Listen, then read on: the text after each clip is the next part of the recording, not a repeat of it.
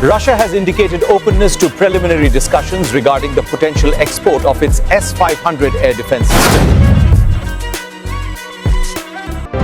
Rusia ha señalado su disposición a mantener conversaciones preliminares sobre una posible exportación del sistema de defensa aérea S-500. Rusia mulai membuka wacana yang selama ini dianggap tabu, mengekspor sistem pertahanan udara paling canggihnya, S-500 Prometheus, ke luar negeri. Dua negara yang disebut-sebut menjadi kandidat utama bukanlah negara sembarangan, India dan China. Jika rencana ini benar-benar terwujud, para analis menilai dunia akan memasuki fase baru perlombaan senjata strategis, khususnya di kawasan Asia. S-500 bukan sekadar pengganti S-400. S-500 Prometheus merupakan sistem pertahanan udara generasi terbaru Rusia yang dirancang untuk melampaui kemampuan S-400. Sistem ini diklaim mampu mencegat rudal balistik antar benua, ICBM, menjatuhkan rudal hipersonik, menyerang target di ketinggian hampir luar angkasa, mendeteksi dan melacak pesawat siluman generasi kelima.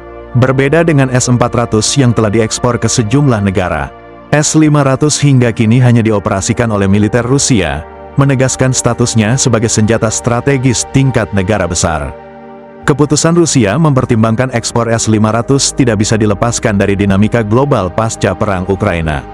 Sanksi ekonomi Barat telah mempersempit ruang gerak Moskwa, mendorong Rusia mengandalkan sektor pertahanan sebagai sumber devisa sekaligus alat diplomasi strategis. Selain faktor ekonomi, langkah ini juga dibaca sebagai pesan geopolitik langsung kepada NATO dan Amerika Serikat.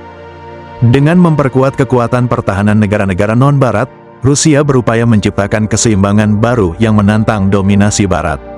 India menjadi kandidat terkuat dalam wacana ekspor S-500.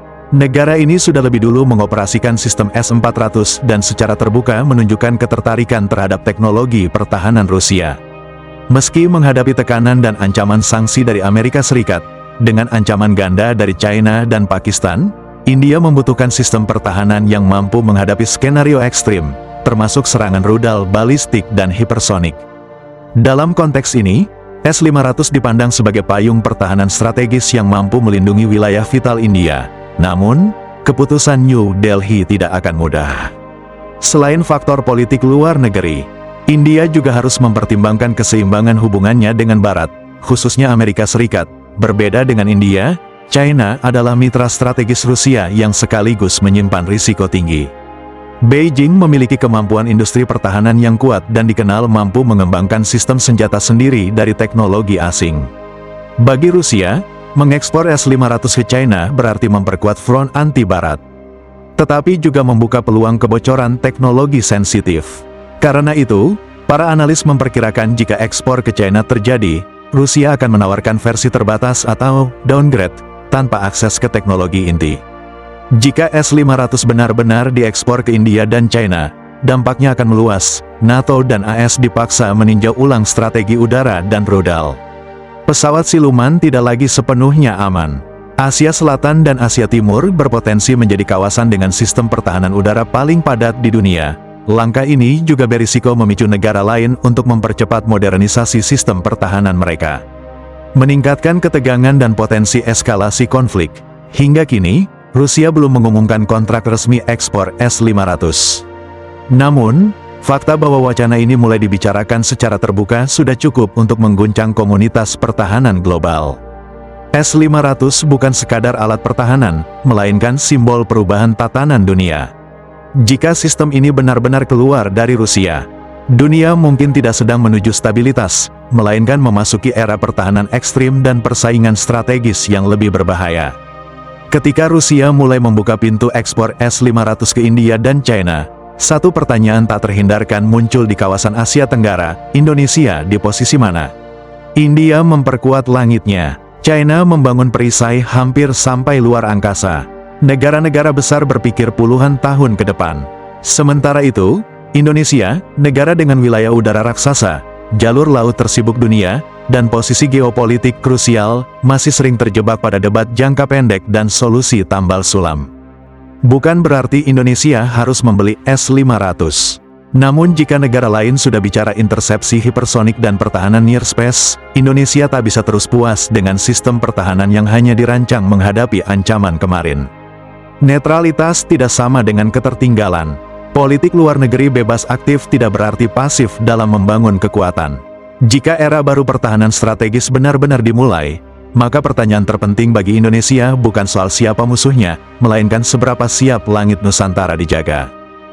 Ketika Rusia mulai mempertimbangkan ekspor S-500 ke India dan China, dunia sejatinya sedang menyaksikan pergeseran cara negara-negara besar memandang keamanan, dari sekadar pertahanan wilayah, menuju perlindungan strategis jangka panjang. Bagi Indonesia, isu ini bukan soal ikut membeli sistem paling canggih atau terlibat dalam perlombaan senjata global. Yang jauh lebih penting adalah kesadaran bahwa lanskap ancaman telah berubah. Teknologi militer kini bergerak melampaui batas udara konvensional, memasuki domain kecepatan hipersonik dan ketinggian mendekati luar angkasa. Di tengah dunia yang semakin mengandalkan sistem pertahanan berlapis dan teknologi sensor canggih, ketertinggalan bukanlah pilihan yang netral. Ia adalah keputusan strategis dengan konsekuensi nyata. Karena pada akhirnya, kekuatan sebuah negara tidak diukur dari seberapa keras ia berbicara di forum internasional, melainkan seberapa siap ia melindungi ruang hidupnya sendiri. Kalau menurut kalian ada data yang perlu dikoreksi, sudut pandang lain yang lebih tajam, atau analisis yang belum kami bahas, silakan tulis koreksi dan pendapat kalian di kolom komentar. Kami sangat berterima kasih dan mempertimbangkan setiap masukan. Jangan lupa like jika konten ini menambah wawasan, share agar diskusinya makin luas, dan subscribe supaya tidak ketinggalan analisis strategis berikutnya. Jayalah Indonesiaku! I don't ever slow up, no I don't take sh**. I got no love for the fakeness. If you wanna play tough and wanna hate this, I'll always show up and make a statement. I don't ever slow up.